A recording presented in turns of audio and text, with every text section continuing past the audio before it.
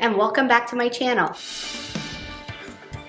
I'm gonna break it down how I make my own baby food and show you how simple it can be so that you can make your own. Main reasons I make my own baby food are it allows me to make my own combination. I can mix whatever I want whenever I want it, and so as I'm introducing new foods to my baby, I can make my own mixes of purees. I know exactly what goes into it. I know what ingredients, I know how they are, so if you want to buy organic, it is significantly cheaper to make it your own. The main thing is also it's super easy and does not take a long time. So let's chat about what you're gonna need.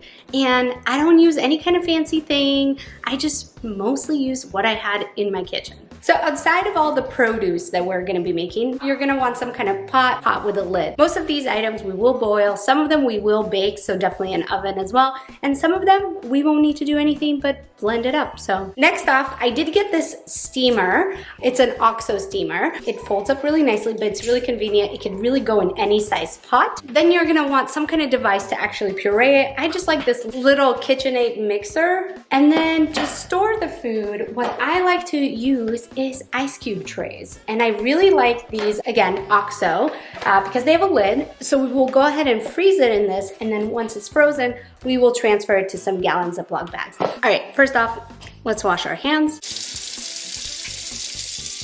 Maybe let's take care of this hair a little.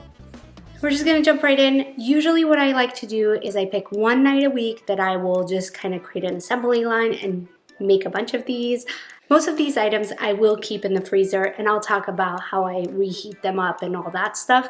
There will be a few items that I kind of keep out that we will use either today or tomorrow for the baby. I typically won't keep in the fridge longer than that. The rest of it will just be in the freezer. Most importantly, before we start, go ahead and put on your favorite show, put some AirPods on, and use this as your time to catch up on some Grey's Anatomy. I'm gonna start with pre-making the vegetables that we're gonna go ahead and roast, and today I'm making butternut squash and sweet potato. So I'll go ahead and slice the butternut squash in half. If you're a chef, please don't judge me. Sweet potatoes, I'm just gonna poke some holes and put it in the oven. In the meantime, we're gonna go ahead and take our pot, fill it up with some water, and put it on our stovetop to boil. I'll put my steamer inside and throw some carrots and throw the lid on, and then just again let it boil. If you're curious for how long to cook something or anything like that, make sure you check out the description down below. While my carrots are going, I'm gonna go ahead and actually make my avocados. I'm just gonna take a half an avocado. For avocado, I really like to use breast milk. Everything else, I'll use water. Anyway, so I'll go ahead and blend it. I am gonna freeze most of it. I'm just gonna leave a little amount and stick this in the fridge. Avocado does get brown quickly, so I just left just enough that I'm gonna give to my son for dinner. The rest of it, I just kind of put in my ice cube tray and I will freeze it.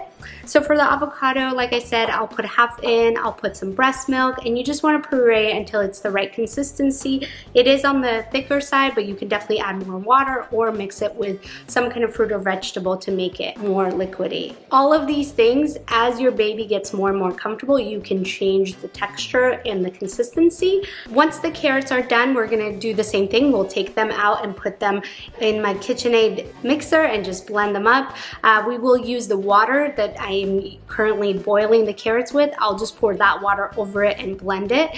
We'll repeat that kind of process with the broccoli. So we'll go ahead and steam it, blend it, add some water. I would say the carrots probably need more water than the broccoli.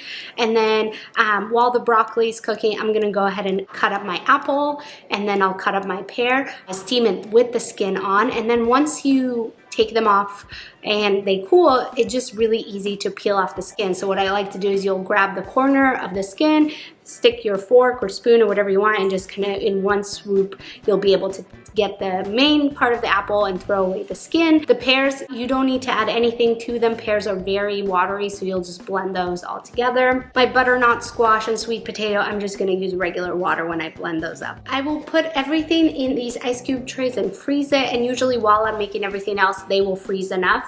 And then I will just take some gallon Ziploc bags. I'll write what is in the item as well as when I freezed it.